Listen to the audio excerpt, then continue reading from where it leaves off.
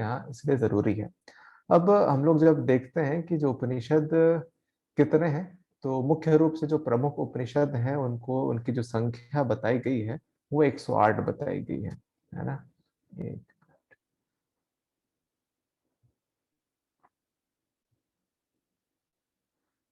तो जो अगर उपनिषदों की संख्या अगर आप देखते हैं, आप लोग स्क्रीन दिख रही है?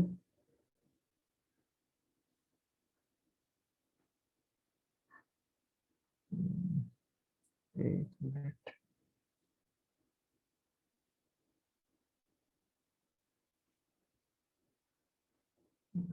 स्क्रीन, हाँ,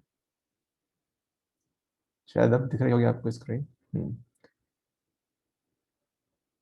ठीक है। तो ये जो उपनिषदों का पूरा उपनिषदों की जो संख्या है उसको अगर आप देखेंगे, तो ये क्या है कि हमारे 108 उपनिषद है। और उपनिषदों का बेसिक सा इंट्रोडक्शन यहाँ पे देते हुए फिर हम लोग इसको जो ईशावास्य उपनिषद है उसके तरफ आगे बढ़ेंगे। तो क्या है कि जो उपनिषद हैं वो आपको पता है कि ब्राह्मण संहिता, ब्राह्मण, आरण्यक और उपनिषद, इन चार वर्गीकरण के अनुसार जो उपनिषद है वेदांत के रूप में सबसे निचोड़ के रूप में हम लोग जानते हैं। चार वेद हैं, उन्हीं का निचोड़ क्या है, उपनिषद कहलाते हैं। अब उपनिषद को जब हम लोग देखते हैं तो इसको आप हमेशा उपनिषद, है ना। अब जब भी किसी चीज का हम लोग अध्ययन करते हैं तो उसके मूल जो अर्थ है उनको समझने का प्रयास करते हैं, क्योंकि अगर आपने ये संस्कृत भाषा को समझा है तो आप ये सभी जानते होंगे संस्कृत में कोई भी ऐसा वर्ण नहीं है जिसका कोई अर्थ नहीं होता है। जैसे योग शब्द है तो युज धातु से बना हुआ होता है और उसमें प्रत्यय, उपसर्ग वगैरह होते हैं। तो जो हमारा उपनिषद है, तो उपनिषद में जो उप है, उप, नि और शद, इन तीन भागों में इसको हम लोग विभाजित कर सकते हैं। ठीक है, उप, नि और सद, अगर इसको आप इस तरह से देखें। अब नी आपका क्या है कि नी आपका उपसर्ग हो गया, है ना। ये आपका उपसर्ग है और ये आपका धातु है। और उप का जो अर्थ है, ये ये भी आपका जो शब्द है वो है, तो उप का मतलब नजदीक हो गया, है ना। उप में जब नी धातु, नी उपसर्ग लगता है और सद, उप आपका जो रूप है, ये शब्द है, इसमें जब नी उपसर्ग और सद धातु लगता है तब आपका ये पूरा उपनिषद शब्द बनता है। अब नी धातु है, सद का मतलब, अब इस ये जो आपका है, ये आपके ये शब्द हो गया, है ना, ये रूप हो गया, शब्द रूप है। अब उप शब्द में जब नी उपसर्ग लगता है और सद धातु लगता है तो उपनिषद का यहाँ पर अर्थ निकलता है कि जो सद है, सद का मतलब आप ये समझिए कि जो सद है किसी भी चीज की गति को कहते हैं। यानी कि जो गति है या चलायमान है उसको हम लोग क्या कहते हैं, सद बोलते हैं। तो शब्द का उपयोग यहाँ पर ज्ञान के शब्द में कहा है, क्योंकि उपनिषदों की जो अर्थों की व्याख्या है वो बहुत ही व्यापक है। और इसको सामान्य तौर पर लोग समझने का प्रयास करें तो इस तरह के प्रश्न आते हैं कि कौन सा धातु आपके उपनिषद में लगा हुआ है क्या। मैंने प्रीवियस क्वेश्चन देखे तो उसमें एक प्रश्न भी आया था। तो इस तरह से सद धातु उसमें लगा हुआ रहता है, तो इसका अर्थ होता है गति। और इस गति को अगर आप थोड़े व्यापक रूप में और देखते हैं तो आप इसका, आप ये समझ सकते हैं कि जो ज्ञान है, ज्ञान की ओर जो गति है उसको लेकर कहा गया है। और जो ज्ञान की गति है उसको आप इस तरह से भी समझ सकते हैं कि जो यहाँ पर जो सामान्य हम लोग देखते हैं कि गुरु शिष्य के बीच में एक संवाद वाली शैली हमेशा रही हुई है। जो संवाद वाली शैली है तो उसमें एक ज्ञान का आदान प्रदान होता है जिससे व्यक्ति का जो ये लौकिक है नहीं, पारलौकिक ज्ञान के में भी वो पारंगत होता है। तो उस जो भी इसका अध्ययन कर रहा है या जो साधक है उसकी जो गति होती है, तो जिसको अध्ययन करके ये सारी चीजें प्राप्त होती हैं उसको क्या कहते हैं, उपनिषद कहते हैं। और उपनिषद को इसी तरह में ही देखा जाता है। और क्या है कि इसमें जो इसका और भी अर्थ अगर आप देखेंगे कि जो इसके अगर इसको अध्ययन करने पर अगर आप परब्रह्म की ओर आप अग्रसर होते हैं तो वो क्या कहलाता है, उपनिषद कहलाता है। और उप मतलब नजदीक भी होता है, किसी के नजदीक होकर अध्ययन करने को भी उपनिषद यहाँ पर कहा गया है। और ये शब्द धातु तो है ही, और जो शब्द धातु है उनके अर्थ अलग अलग बताए गए हैं। तो मैंने यहाँ जो मुख्य अर्थ है इसके 3 अर्थ होते हैं। तो जो विनाश होता है, एक शिथिलीकरण होता है और एक गति होता है। तो यहाँ जो शब्द जिसका अर्थ यहाँ पर किया गया है वो गति के रूप में करा गया है। तो कुल मिलाकर जो उपनिषदों की संख्या है वो 108 है। और 108 उपनिषद जो हैं, और उनमें भी जो प्रमुख उपनिषद हैं उनको हम लोग क्या कहते हैं, वो 10 होते हैं। और उनको आप अलग जो आपके सिलेबस में जितने भी उपनिषद हैं वो सारे 108 उपनिषदों में जो 10 उपनिषद है वो सारे मुख्य उपनिषद है, प्रिंसिपल उपनिषद आप इसको कह सकते हैं। इसमें ईश, कीन, कट, मुंडक, मांडक, ऐत्रेय, तैत्रेय, बृहदारण्यक और इस तरह के 10 पूरे उपनिषद आपको मिलेंगे। तो ये जो सारे उपनिषद हैं इनमें अगर आप देखेंगे तो सबसे छोटा उपनिषद जो कहा गया है जो है वो है ईशावास्य उपनिषद, और सबसे बड़ा उपनिषद है बृहद आरण्यक उपनिषद। ये बेसिक से क्वेश्चंस है जो आपको आराम से पूछे सकते हैं। और यहाँ पर जो हम लोग का पढ़ने का कॉन्टेक्स्ट है वो हमेशा यूजीसी नेट के परीक्षा के परिप्रेक्ष्य में होगा, क्योंकि उपनिषदों का जब आप अध्ययन करेंगे तो आपको हर एक श्लोक, हर एक मंत्र जो है आपको, आप हर एक जो मंत्र होगा वो आपको बहुत ही रस भरा होगा, यानी कि आपको पढ़ने का और उसके बारे में मन कर सकता है। कोई बिल्कुल भी आपके रुचि के अनुसार नहीं हो सकता है। तो स्वामी विवेकानंद जी के अगर जीवन परिचय को आपने पढ़ा होगा तो आप ये सभी जानते होंगे कि स्वामी विवेकानंद जी का जो एक अध्ययन का क्रम था वो हमेशा सुबह उठकर उपनिषदों का ही अध्ययन करते थे। यानी उनका कहना भी था कि स्वाध्याय किया जाए तो उपनिषदों का ही स्वाध्याय करा जाए। तो ये अच्छा क्रम था उनका। तो इसको हम लोग जीवन में अपनाते हैं, इसको उतारते हैं, तो ये बहुत ही शानदार है। इसलिए स्वाध्याय अगर सही तरीके से किया जाए तो उपनिषदों का ही किया जा सकता है। तो ये एक कॉन्टेक्स्ट मैंने बताया। लेकिन हम लोग यहाँ जो पढ़ने वाले हैं वो किस परिप्रेक्ष्य में है, उपनिषद जो यूजीसी नेट के परीक्षाओं के लिए जरूरी है, जो जिस तरह के प्रश्न बन के आते हैं उनके संबंध में हम लोग यहाँ पर पढ़ने की कोशिश करेंगे। तो सबसे पहला उपनिषद जो हम लोग पढ़ने वाले हैं वो ईशावास्य उपनिषद है। और इससे पहले एक चीज और बता दूं कि जो उपनिषदों का क्रम है, तो क्योंकि आपके जो एग्जाम की डेट्स हैं वो मई में अभी तक में निर्धारित है कि स्केड्यूल्ड है, तो हम लोग उपनिषदों को थोड़ा लगातार पढ़ने का प्रयास करेंगे। और किस तरह से कि जो आगे के, जैसे मैंने पहले भी बताया था क्लास के शुरू होने से पहले, कि आपके ये जो अगले 5-6 दिन है उनमें हम लोग उपनिषदों को लेकर चलेंगे। अलग अलग उपनिषदों का है, मैं स्केड्यूल एक बार दे दूंगा आपके ग्रुप में, तो आपको सुविधा हो जाएगी। तो लगातार इसको पढ़ेंगे, और डेट और टाइम के अनुसार कोई दिक्कत हो तो आप प्लीज ग्रुप में, मैं चैट ओपन कर दूंगा, तो आप लोग बता दीजिए कि आप पर्सनल मैसेज करके भी मुझे बता सकते हैं कि आपको ये टाइम सुटेबल नहीं है। सुबह का 9 से 10 बजे का टाइम रखा है, उस 1 घंटे में आपकी ये जो क्लासेस हैं उपनिषद की वो हो जाएंगी। 1 घंटे में हम लोग क्या करेंगे, 1 घंटे में हम लोग उपनिषदों का एक ओवरव्यू लेंगे, जो चीज मुख्य मुख्य बिंदु हैं उनको पढ़ेंगे। उसके बाद उनके से संबंधित जो यूजीसी नेट के कुछ प्रश्न हैं, महत्वपूर्ण प्रश्न जो बन सकते हैं, 10-12 जितने भी प्रश्न बन सकते हैं उनको देखेंगे कि कौन सा प्रश्न आएगा। तो ये रहेगा हमारा क्रम। ठीक है, तो कुछ प्रश्न हो तो आप चैट बॉक्स में लिख लीजिएगा ताकि मैं बाद में इनको ले भी सकूं। ठीक है, तो हम लोग आगे क्रम देखते हैं। अगला है कि उपनिषद, यानी कि हमारा ईशावास्य उपनिषद। ये सबसे छोटा उपनिषद कहा गया है, और छोटे उपनिषद से मतलब है इसमें सिर्फ 18 मंत्र ही हैं। इसको अगर देखें तो यहाँ पे ईशावास्योपनिषद में सिर्फ 18 मंत्र हैं। 18, और इसीलिए इसको सबसे छोटा मंत्र कहा गया है, लेकिन बहुत ही महत्वपूर्ण इस उपनिषद को कहा गया है, क्योंकि जो 18 इसके मंत्र हैं वो अपने आप में बहुत ही अलौकिक और बहुत ही विलक्षण है। तो इसके बेसिक इंट्रोडक्शन से हम लोग शुरू करते हैं। तो यहाँ पर मैं पीडीएफ, रुकिए एक मिनट, शेयर कैसे होता है ये फिर दोबारा, मिनट, स्टॉप शेयर। जो ये उपनिषद है उसको आप देखिए, आपको दिख रहा है उपनिषद। हम्म, तो ये जो उपनिषद है,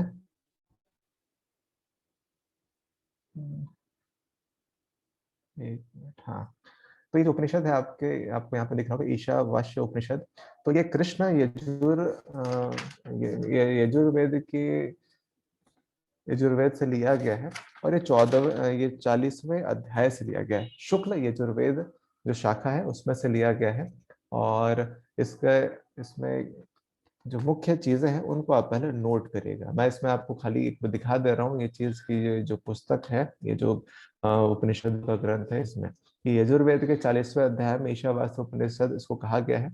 उसमें 18 जो मंत्र है उनको लिया गया है। और इस श्रृंखला में जो प्रथम जब से जो उपनिषद है उसमें से पहला माना गया है, क्योंकि ये बहुत ही इंपॉर्टेंट कहा गया है। इसमें जो 18 मंत्र है वो बहुत ही इंपॉर्टेंट कहे गए हैं। इनके अलग अलग एक एक मंत्र के पूरे बहुत सारे व्याख्यान हैं। और जो गीता के 18 जो अध्याय उनकी तरह इनको महत्वपूर्ण कहा गया है। अब दूसरी चीज कि ये शुक्ल यजुर्वेद की शाखा से लिया गया है, जो 40वां अध्याय है उसमें से। और इसका जो नाम है ईशावास्य उपनिषद, वो क्यों रखा गया है कि इसका जो पहला मंत्र है, ओम ईशावास्य मिदम, ये कहाँ गया, हाँ ये देखिए, ओम ईशावास्यमिदं सर्वम यत्किंचित जगत्याम जगत तेन त्यक्तेन भुंजिता मा गृथा कस्य स्वधतनम। तो ये जो मंत्र है इसमें ईशावास्य, ये जो सबसे पहला मंत्र का जो पहला सबसे वर्ड आप देख रहे हैं ईशावास्य, तो इसी के चलते इसका नाम जो है ईशावास्य उपनिषद कहा गया है। और इसमें जो मुख्य बिंदु हैं उनको आप समझिए। जो मुख्य चीजें हैं इस पूरे अध्याय में, उनको मैं आपको बताता हूँ। तो सबसे पहला तो ये है कि ये हमारा इस पूरे ईशावास्य उपनिषद में 18 मंत्र हैं। और ये शुक्ल यजुर्वेद के 40वें अध्याय से लिया गया है। कौन से? शुक्ल यजुर्वेद की शाखा से। और ये सबसे छोटा उपनिषद है। साथ ही इसमें जो सभी मंत्र हैं वो ज्ञान खंड से संबंधित है ना, ज्ञान खंड से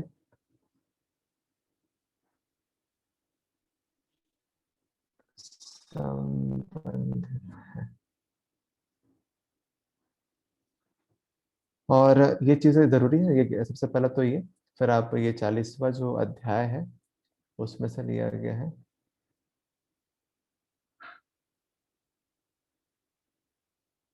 शुक्ल यजुर्वेद की शाखा से। और 18 मंत्र हैं इसमें। अब इसका जो मुख्य विषय है वो इम्पोर्टेंट है, जो आपको जानना है। तो जो मुख्य विषय है वो क्या है? एक मिनट। हाँ।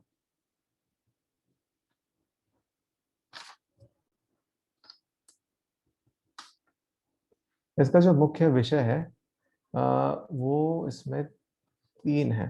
सबसे पहला जो विषय है वो क्या है? एक मिनट।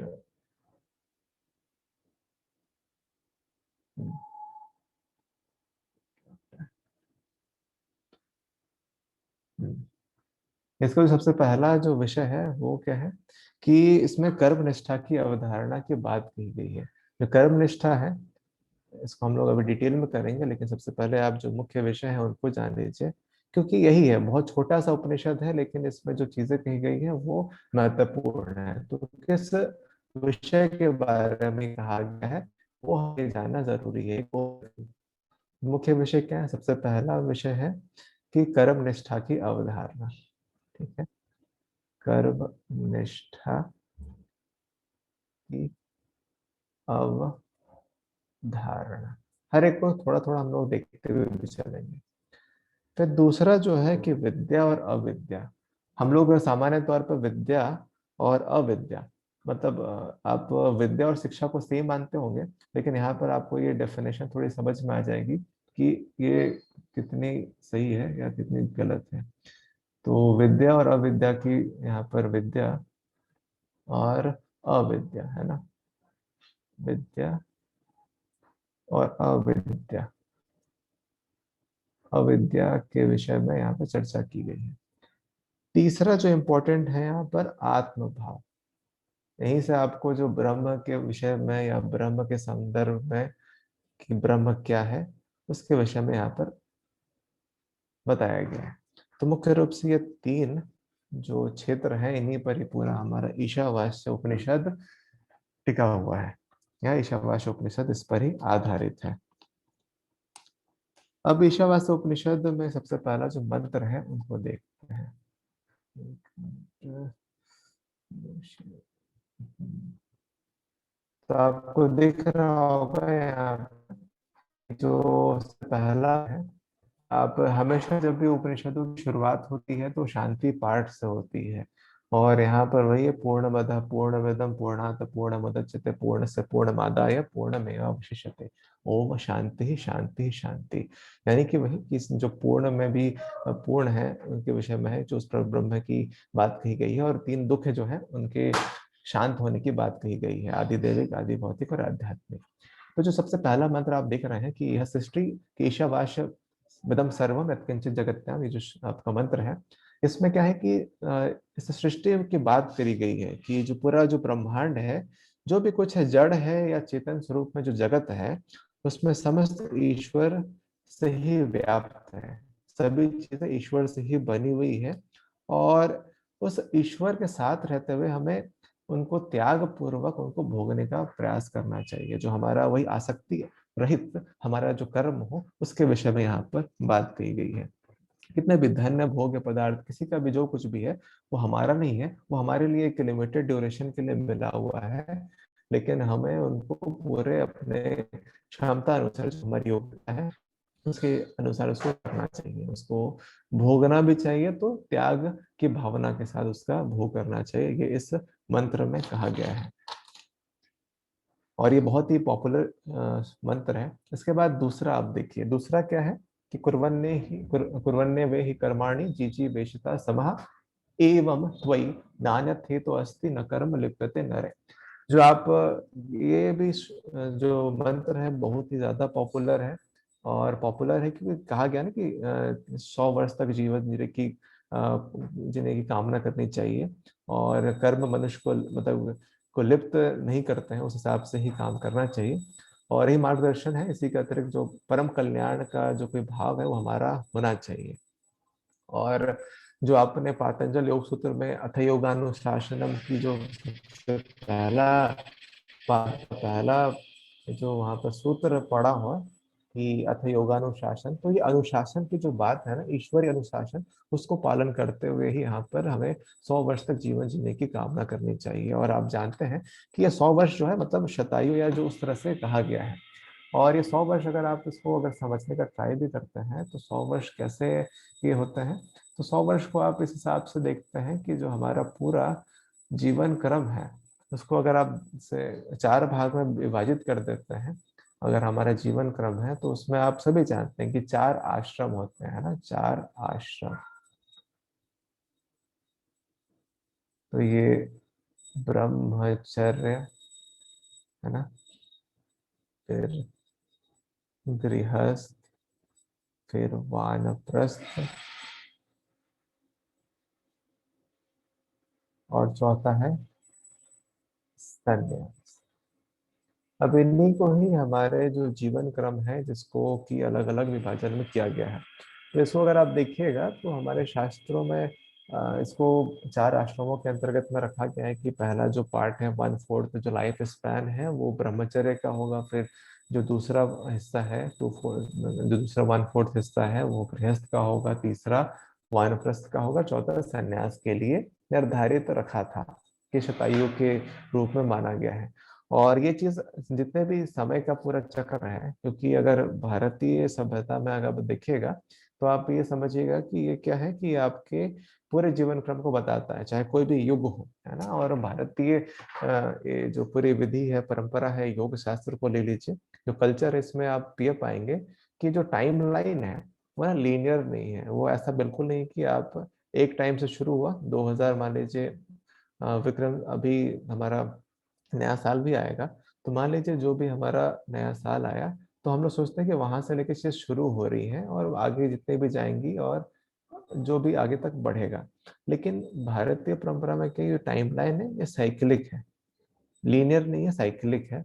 इसका क्या मतलब हुआ कि हम लोग टाइम को एक ऐसा एक बिंदु से स्टार्ट हुआ नहीं मानते हैं, बल्कि हम लोग इसको एक युग के बाद से कि कलयुग आया, फिर सतयुग, द्वापर, त्रेता, जो 4 युग है हमारे, वो सारे साइक्लिक रूप से आते जाते रहते हैं, उनका एक ड्यूरेशन है। और उस तरह से ही जो हमारा ये क्रम है, ब्रह्मचर्य, गृहस्थ, वानप्रस्थ, संन्यास, इनको भी माना गया है।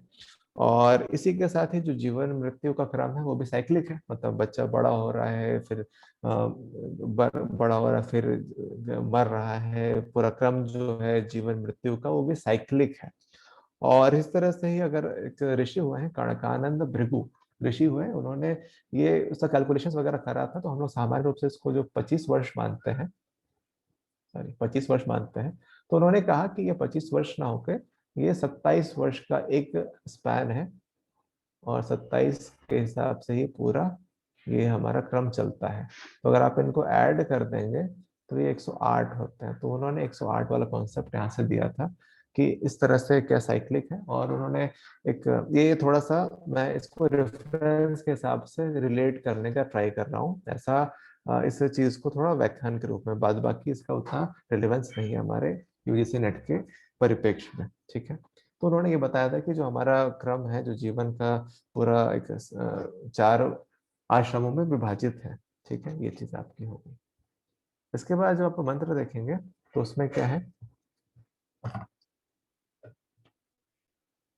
अगला जो मंत्र है उसमें ऋषि कहते हैं कि जो अनुशासन है उसके उल्लंघन करने वालों को असुर है, केवल शरीर इंद्रियों की शक्ति पर निर्भर सद्विवेक की अपेक्षा करने वाला नाम से जाना जाता है। वह जीवन भर गहन अंधकार अज्ञान से घिरे होते हैं। वे आत्मा का हनन करने वाले लोग प्रेत रूप में भी वैसे ही लोकों में जाते हैं। तो ये एक वहां पर ये बता रहे हैं कि जो हमारा जो कर्म है वो अगर शास्त्र युक्त तो नहीं हो रहे हैं, शास्त्र युक्त कर्म करने की यहाँ पर बात कही गई है। स्क्रीन दिख रहा है क्या अभी? एक मिनट में भी चेक करता हूँ, सॉरी दिख नहीं रहा है। ओके, अब दिख रहा है क्या? मैं मैसेज वाला नहीं देख पाया था अभी तक। दिख रहा है तो हाँ, अब दिख रहा है, ठीक है ठीक है। लास्ट नोट स्लाइड नहीं दिखी, ठीक है मैं दिखा दूंगा, ठीक है। हम्म,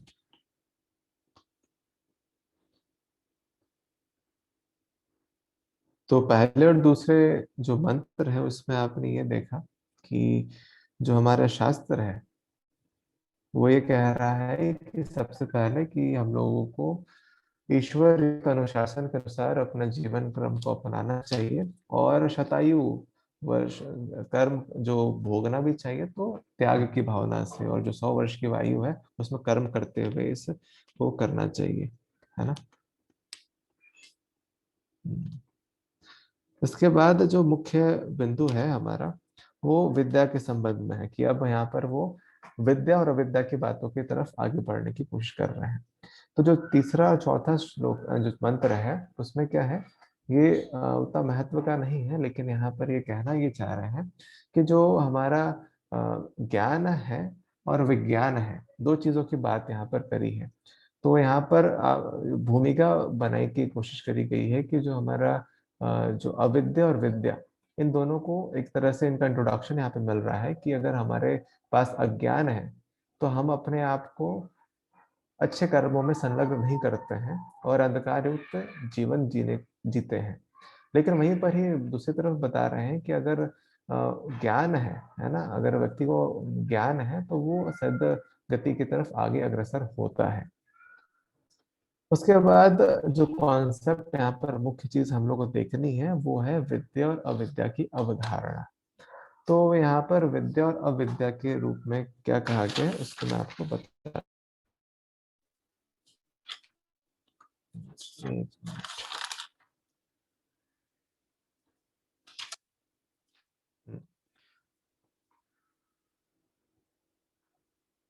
अब इसके बाद जो यहाँ पर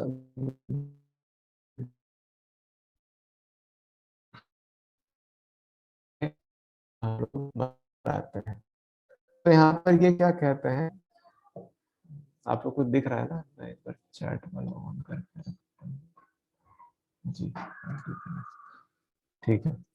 तो इसमें क्या है कि जो आपका विद्या और अविद्या है, तो इसमें ये कहा गया है कि जो अंदर जो अविद्या की उपासना करते हैं वो अंधकार में रहते हैं, और जो विद्या की उपासना करते हैं वो प्रकाश की तरफ रहते हैं।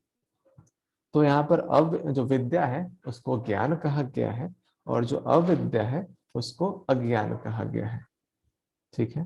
अब मैं इसको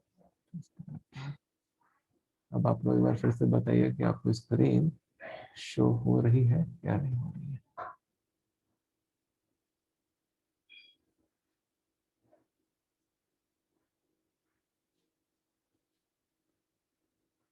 मैं कोशिश कर रहा हूँ जितना अच्छे से हो पाए, बाकी थोड़ा सा इशू हो रहा है। आप लोग को दिखाई दे रहा है ना, मतलब मैंने एक तरफ से मोबाइल में भी खोल लिया है ताकि स्क्रीन दिख रही है कि नहीं।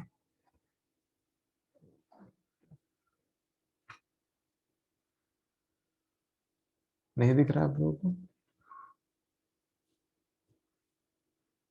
अच्छा एक मिनट, चलिए।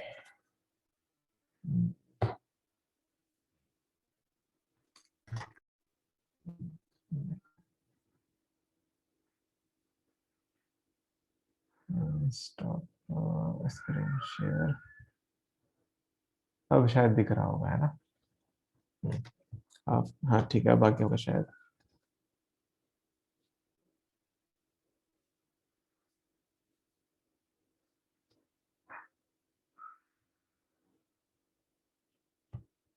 ठीक है, तो चलिए क्या है कि जो इसमें आपको जो नौवां मंत्र है हमारा, उसमें क्या है, विद्या और अविद्या, और विद्या और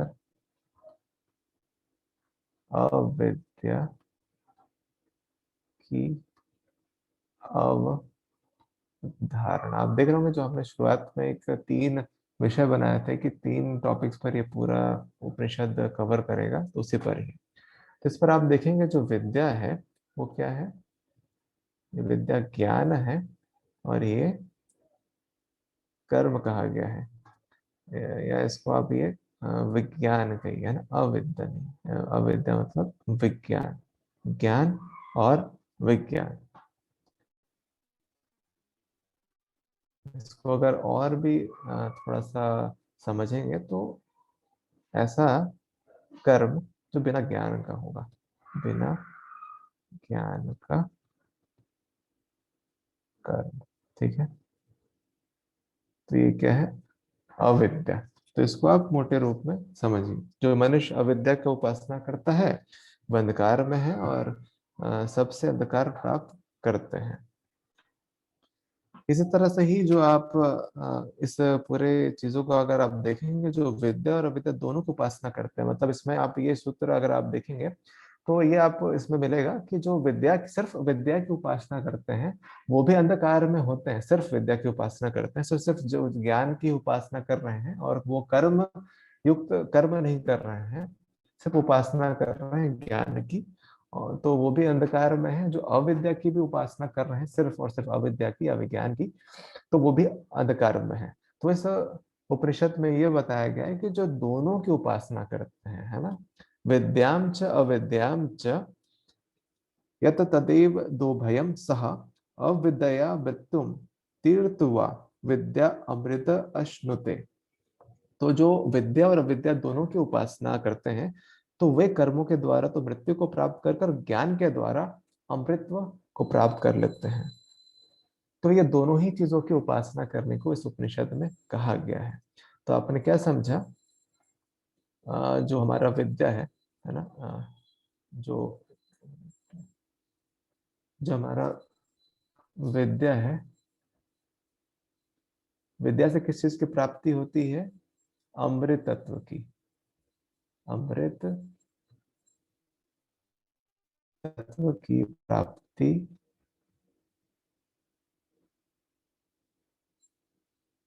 और जो अविद्या है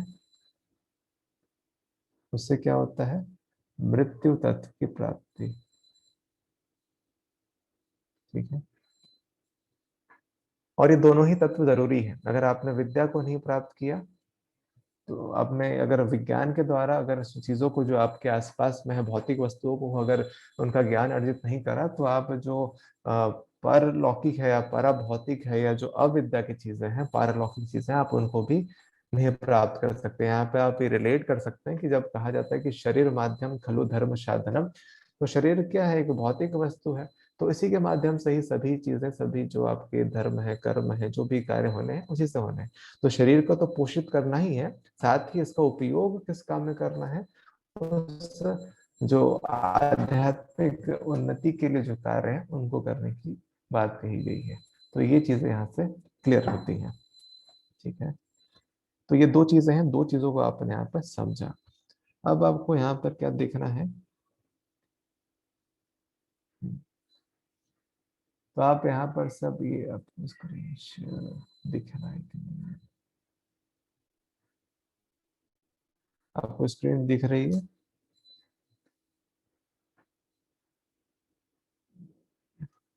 हाँ शायद दिख रही होगी ना। ठीक है, तो आप ये देख सकते हैं कि विद्याम च जो 11वां मंत्र है वहां पर इस चीज के बारे में कहा गया है।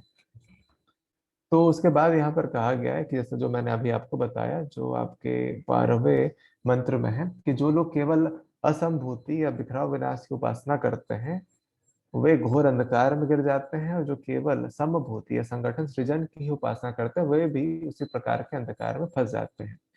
जिन देव पुरुषों ने हमारे लिए विशेष रूप से कहा है कि हमने उन धीर पुरुषों को से सुना है कि संभूति योग का प्रभाव भिन्न है तथा असंभूति योग का प्रभाव उससे भिन्न है। तो क्या कहा जाता है, इसलिए कहा गया है, जो 14वें मंत्र में इसका सॉल्यूशन दिया गया है कि यानी कि विद्या, ये जो संभूति है और असंभूति बिना अविद्या संभूति में, ये है जो आपके एग्जाम में पूछे जा सकते हैं। तो जो ये दोनों ही कलाओं का साथ आप चीजों को जानने का प्रयास करना चाहिए। विनाश की कला से मृत्यु को पार करके, और संभूति की कला से यानी कि यहाँ पर विद्या विद्या की कला से अमृत तत्व की प्राप्ति की जाती है, जो मैंने आपको बताया। ठीक है, और तो ये चीजें हैं जो मनुष्य दोनों ही अविनाशी परमेश्वर को जानता है, तो वो क्या है, वही सुखी रहता है, उसी को ही जो मुख्य उसका जीवन लक्ष्य है वो प्राप्त होता है। अब यहाँ से थोड़ा सा आपको चेंज, अब इतने तक में ही अगर हम लोग देखें तो यहाँ से आपको थोड़ा सा समझने का ट्राई करना चाहिए कि यहाँ तक में कोई कंफ्यूजन है, क्लियर कुछ करना है तो आप पूछ सकते हैं। चैट पे देखता हूँ अगर आपको कोई प्रश्न है तो, क्योंकि यहाँ तक में चीजें थोड़ी सी क्लियर हैं। अब इसके बाद जो हमारा आत्म भाव का जो पूरा व्याख्या है उसको हम लोग यहाँ से देखेंगे। ठीक है, ठीक है, चलिए, कोई प्रश्न वैसे है नहीं शुरू से अगर देखें। आपको दिखाई नहीं दे रहा था, वो मैं जो नोट्स बना रहा हूँ ना, मैं आपको सीधा शेयर ही कर दूंगा, है ना। तो उस ग्रुप में शेयर हो जाएगा तो आपको दिक्कत नहीं होगी, वो बहुत ही रफ नोट्स हैं। बात बाकी आपको दिक्कत नहीं होनी चाहिए। और रिकॉर्डिंग भी आपको दे देंगे, है ना, इसमें। ठीक है, तो अगला जो है हमारा, वो हमारा क्या है, हमारा आत्म भाव है। और इसमें हम लोग क्या चीजें, तीन मुख्य रूप से चीजों को जानेंगे। एक तो जो ब्रह्म का ज्ञान क्या है, और ब्रह्म का जो गुण है उसके बारे में जानेंगे, और जो ब्रह्म के गुण और ब्रह्म का जो पूरा उसका जो ज्ञान है उससे जो आत्म भाव का क्या रिलेशन है उसको समझेंगे। ठीक है, अलग है यहाँ को, एक मिनट, मंत्र, क्या हो रहा है, ये मोबाइल और लैपटॉप दोनों में खोलने से थोड़ा सा ये स्लो हो गया है।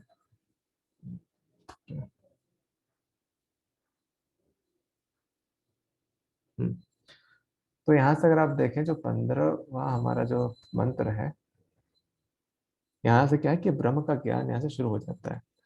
तो यहाँ पर क्या कहा गया है कि जो 15वां मंत्र है, ये क्या कहता है कि सोने के चमकदार पात्र से सत्य का मुंह ढका हुआ है।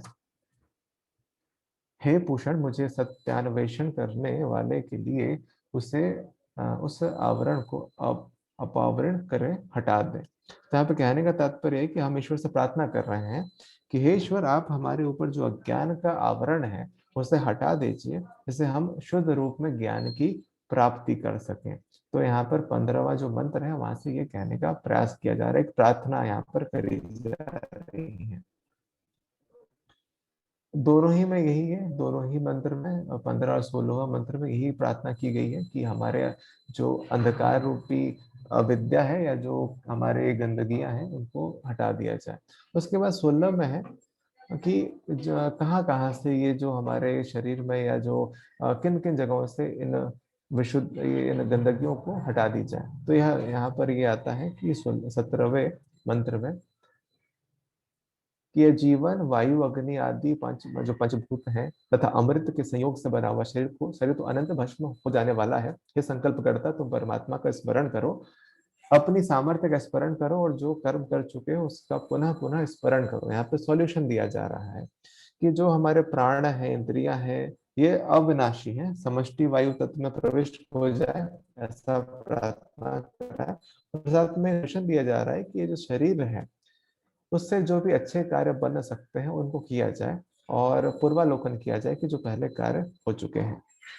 तो यहाँ पर इस तरह से एक प्रार्थना, उसके बाद उस प्रार्थना से जो उसको जो शिष्य है या गुरु शिष्य के बीच में संवाद का ही एक क्रम है। तो ये जो विषय है यहाँ पर, तो ये जो मंत्र कह रहा है कि हम अपने आप का पूर्वा एक एक रिवीजन करें, एक अपने जो कार्य कर चुके हैं उनका पूर्वालोकन करें और उसके अनुसार आगे के कर्मों को करते चलें। अब इसके बाद जो आपको यहाँ पर एक चीज अभी जो हमने स्किप करी थी शुरुआत में, वहां पे ले चलते हैं। ये क्या मुख्य रूप से पूरा सार है कि यहाँ पर क्या चीजें हैं। अब ब्रह्म के विषय में कहाँ कहा गया है, तो ब्रह्म के विषय में हमारा जो पूरा ये है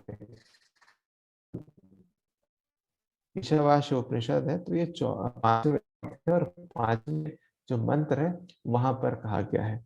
तो चौथे और पांचवें मंत्र में कहा गया है कि अविचल वह ईश्वर ही एक है जो मन से भी अधिक वेगवान है। तो यहाँ पर ब्रह्म को कहा क्या कहा गया है कि वो ब्रह्म स्थिर है, एक है, वह मन से भी अधिक गतिवान है, वह ज्ञान स्वरूप भी है।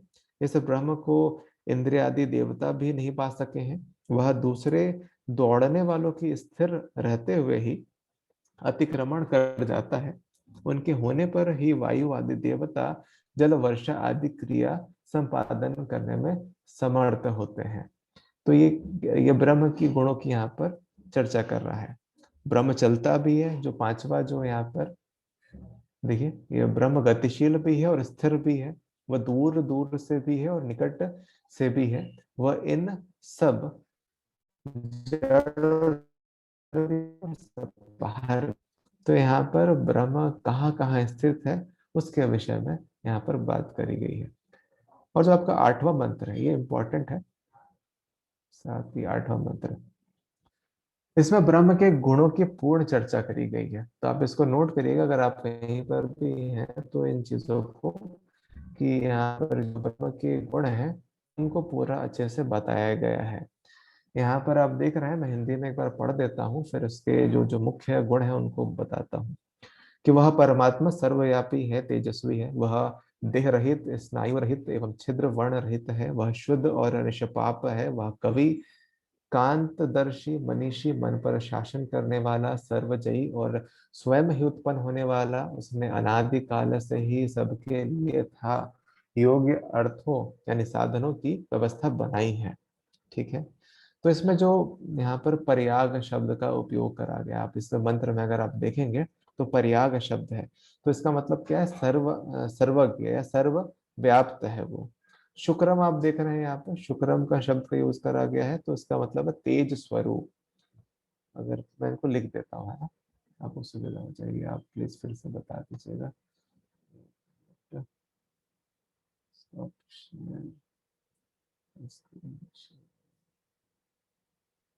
दिखाई दे रहा है, आप प्लीज बता दीजिए एक बार।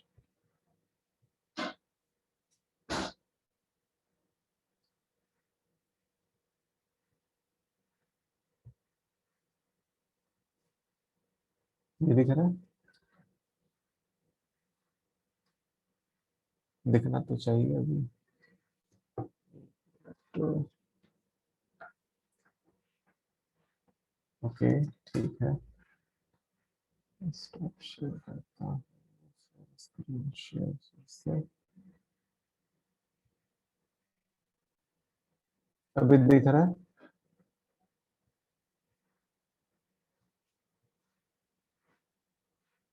हाँ चलिए बढ़िया। है ना। और बाकी लोग को भी दिख रहा है ना, निधि आपको दिख रहा है, राजेंद्र सिंह में पूर्ति आप लोग भी बता दीजिए। ठीक है, चलिए बढ़िया। तो जो आठवां मंत्र है वो इम्पोर्टेंट है, किस लिए? वो ब्रह्म के गुणों के बारे में चर्चा कर रहा है। ठीक है, हम लोग यहाँ देख रहे हैं ब्रह्म के गुण। ठीक है, तो सबसे पहला जो गुण है वो यहाँ पे है पर्यगात।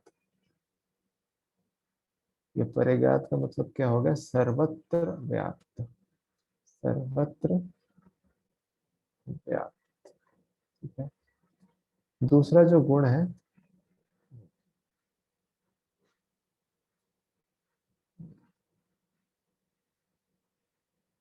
दूसरा गुण जो है शुक्रम, शुक्रम। इसका मतलब होता है तेज स्वरूप। और फिर तीसरा है अकायम, यानी कि जिसकी काया रहित हो, यानी कि उसका शरीर नहीं है। तो यहाँ पर जो अर्थ है वो है सूक्ष्म शरीर से रहित अकाय, सूक्ष्म शरीर से रहित। चौथा क्या है? अव्रणम, इसका कोई रंग नहीं है। अव्रणम, या व्रण है यहाँ पे ना, व्रण है, तो ये क्या है? किसी भी कमी से, किसमें किसी भी प्रकार की कमी नहीं है। व्रण का मतलब यहाँ पे कमी हुई है ना।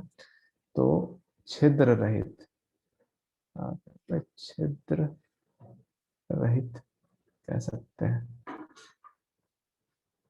पांचवा क्या है? अरुगविरम, अरु विरम। रघुवीरम का अर्थ हुआ शिराओं से रहित, यानी किसी भी प्रकार का शरीर नहीं है तो शिराएं नहीं होंगी, है ना। तो जो शरीर का जो फंडामेंटल बिल्डिंग स्ट्रक्चर है वो नहीं है, शिराओं से रहित। छठा जो है शुद्धम, यानी कि उसका स्वभाव शुद्ध है। शुद्धम यानी स्वभाव से शुद्ध, स्वभाव से शुद्ध। फिर सातवां क्या है? अपाप विदवम, यानी कि जो भी कर्म होते हैं वो शुभ अशुभ दोनों ही चीजों से रहित होते हैं। क्या है? अपाप विदवम, यानी कि शुभ अशुभ कर्म से शून्य। तो शुभ अशुभ, शुभ अशुभ,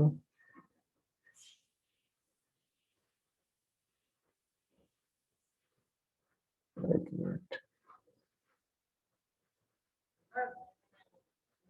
शुभ अशुभ कर्मों से रहित, अशुभ कर्मों से रहित। फिर आठवां जो गुण है वो कवि कहा गया। वो कवि मतलब वो कविता नहीं गाते हैं, पोयम नहीं लिखते हैं, लेकिन इसका मतलब हो गया सर्वद्रष्टा, सर्वद्रष्टा, यानी सभी कुछ देखने वाले को कवि कहते हैं। फिर मनीषी,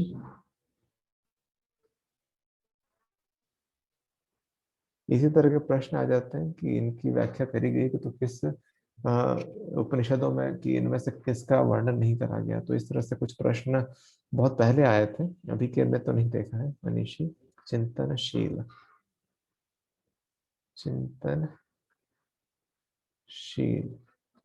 और 10वां गुण है यानी कि परिभू, परिभू। परिभू को आप सर्वज्ञ के रूप में भी जानते हैं, सर्वत्र व्याप्त। 11 है आप ब्रह्म को, ये चीजें हम सभी जानते हैं कि उन्हीं के द्वारा सृष्टि की रचना हुई है। तो वो क्या है, उनकी रचना कैसे हुई है, वो खुद स्वयं भू, तो स्वेच्छा से उत्पन्न होने वाला है, स्वेच्छा से उत्पन्न होने वाला। ठीक है, तो ये क्या है, 11 गुणों की बात की गई है।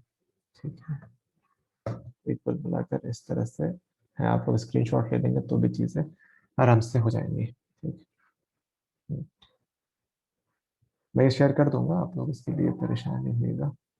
अब देखिए यहाँ पर क्या है कि ये ब्रह्म के गुणों की बात हमने कर ली। अब जो आत्म भाव का पूरा यहाँ पर जो वर्णन है वो कहाँ पे आपको प्राप्त होता है।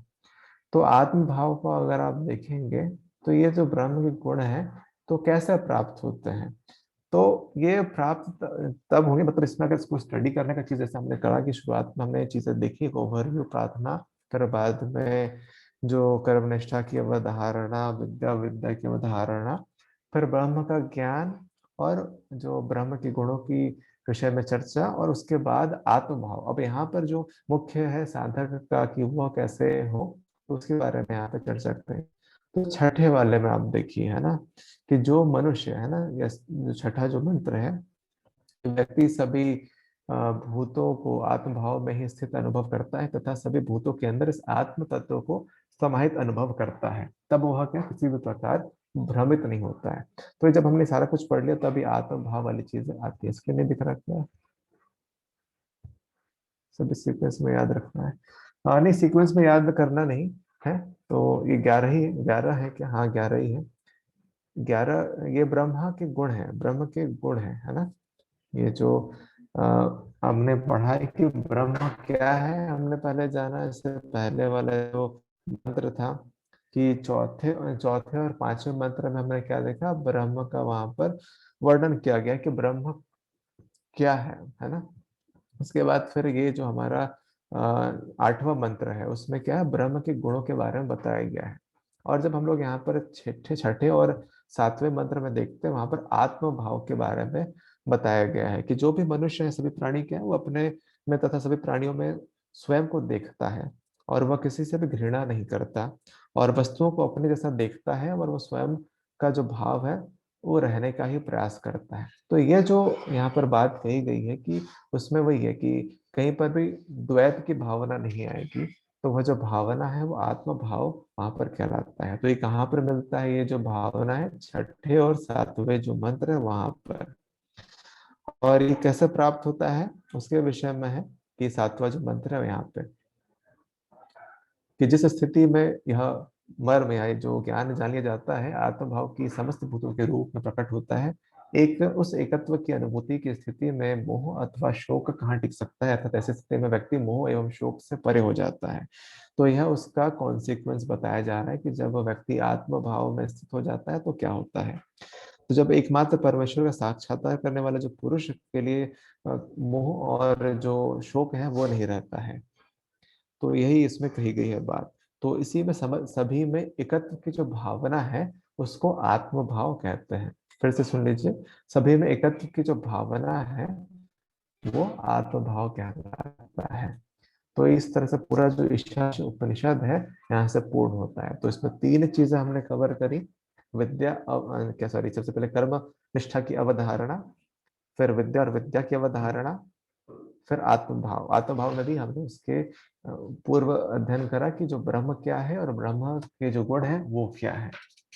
और इसमें सीक्वेंस में याद करने की जरूरत नहीं है, लेकिन वो जो गुण है वो आपको है, जो मंत्र है उसमें जो सीक्वेंस है उसके हिसाब से मैंने ये चीजें आपको बताई। ठीक है, यहाँ पे ज्यादा दिक्कत, अगर कुछ क्वेश्चंस हैं तो आप पूछें, अदरवाइज हम क्वेश्चंस लेते हैं जो कि एमसीक्यूज टाइप के हो सकते हैं, जिनको हमने प्रिपेयर करा है आपके लिए। कुछ प्रश्न है तो आप टाइप करें या हैंड रेज करके अनम्यूट करके बोल दीजिए। चलिए। हम्म, एक मिनट, आपको दिख रहा है कि नहीं? दिख रहा है ना यहाँ, चलिए बढ़िया।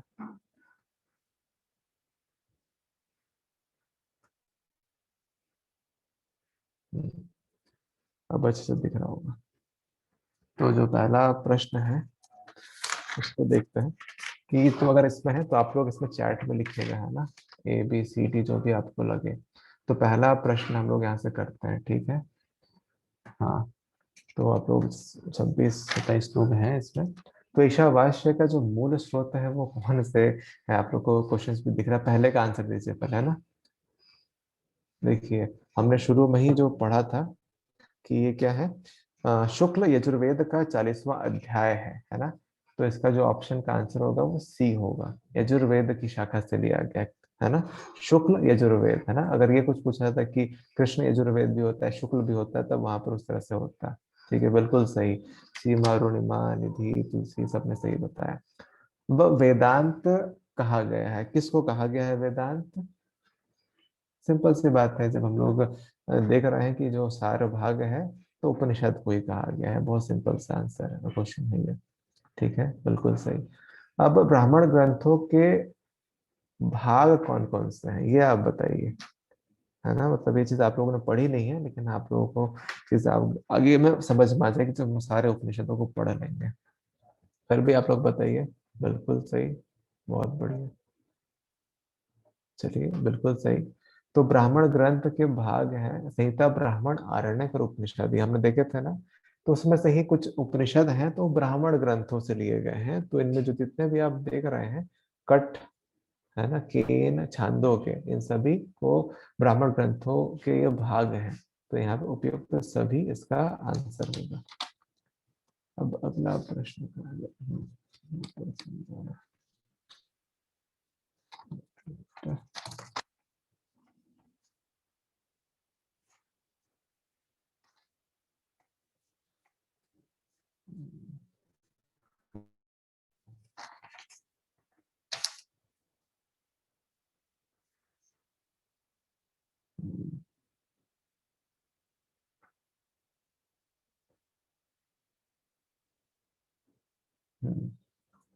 तो आप लोग बताइए अगला जो है। हाँ, ईशावास्य उपनिषद के अनुसार कर्म समर्पित करने चाहिए, किन को करना चाहिए? तो यहाँ पे मनुष्य को, देवता को, किसको, है ना।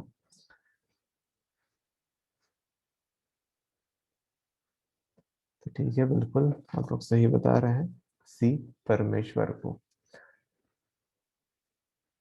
बिल्कुल बिल्कुल सभी जवाब दीजिए। परमेश्वर को समर्पित कर्म से नहीं होता है, क्या चीज नहीं होता है? अगर परमेश्वर को कर्म अगर समर्पित किया जाए तो क्या नहीं होता है?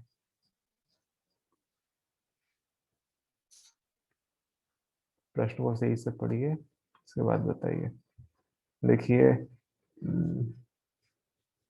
बिल्कुल सही। क्या नहीं होता? बंधन नहीं होता है। इसके बाद ईशावास्य उपनिषद के अनुसार कर्म किस तरह के होने चाहिए?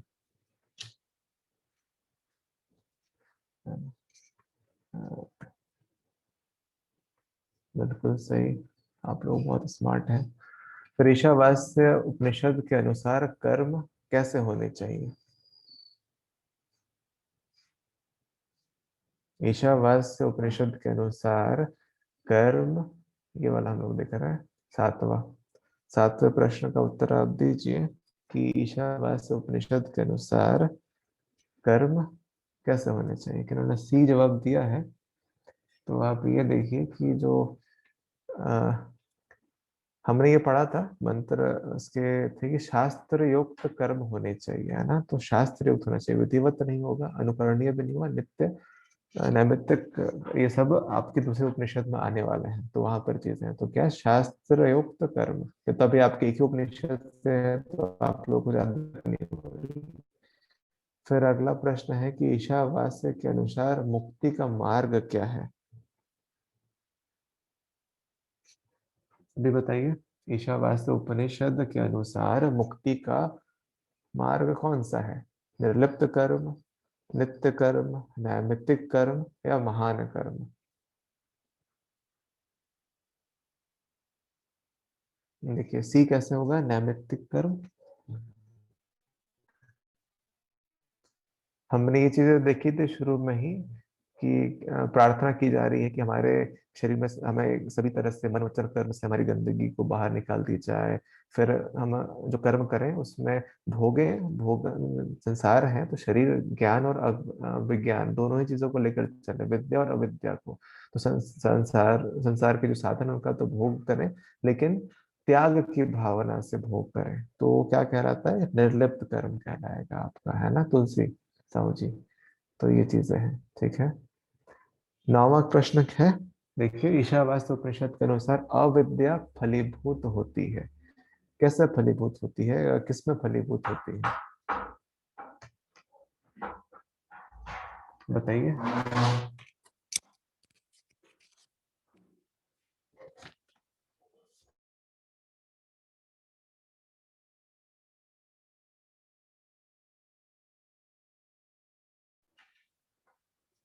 हाँ बताइए, ईशावास्य उपनिषद के अनुसार अविद्या फलीभूत होती है कहाँ पे।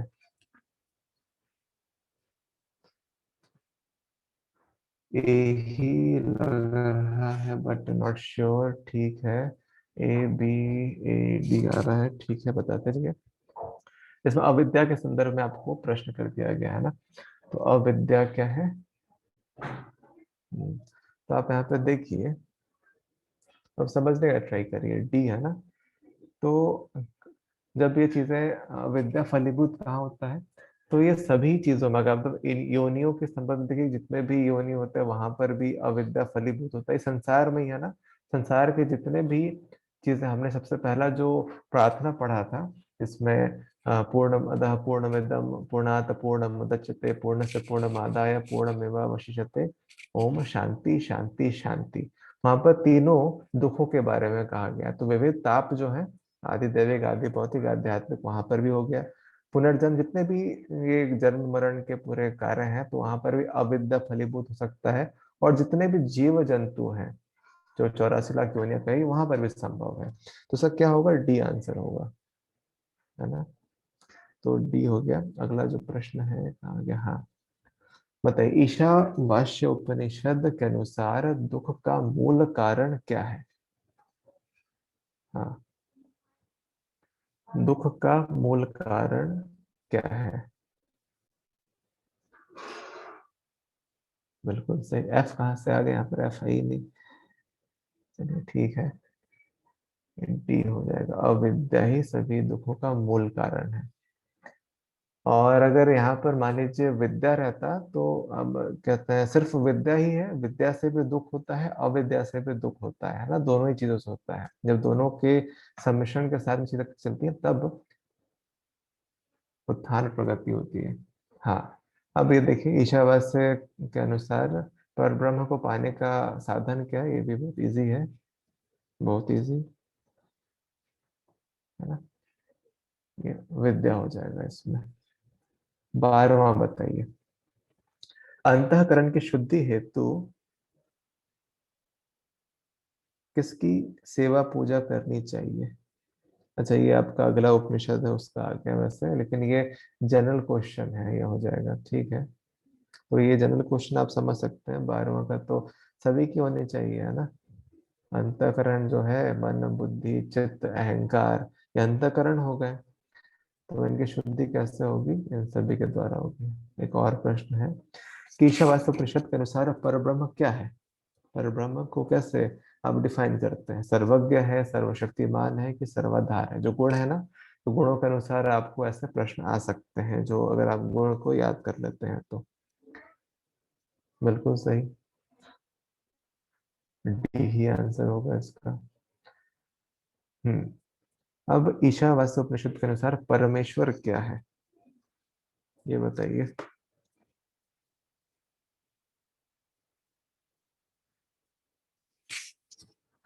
परमेश्वर को कैसे डिफाइन करते हैं। हम्म, बिल्कुल सही, है ना।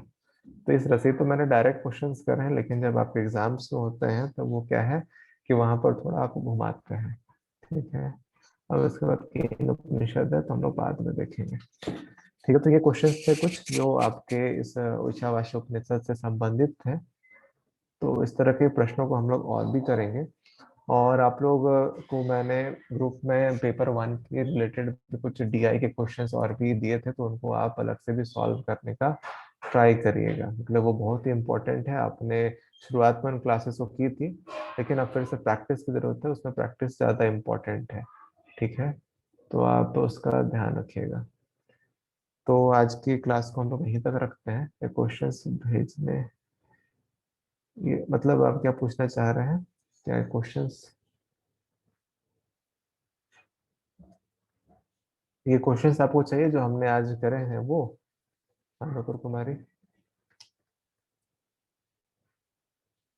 अच्छा, आपको चाहिए क्वेश्चंस, ये क्वेश्चंस। कोई बात नहीं, क्लासेस हैं तो किसी क्लास में हम लोग क्वेश्चंस जो करेंगे वो अलग से, जब सारे उपनिषदों के एक बार में हो जाएंगे तो सभी उपनिषद के हैं उसमें, सभी क्वेश्चंस को हम शेयर कर देंगे एक ही बार में। तो वो है।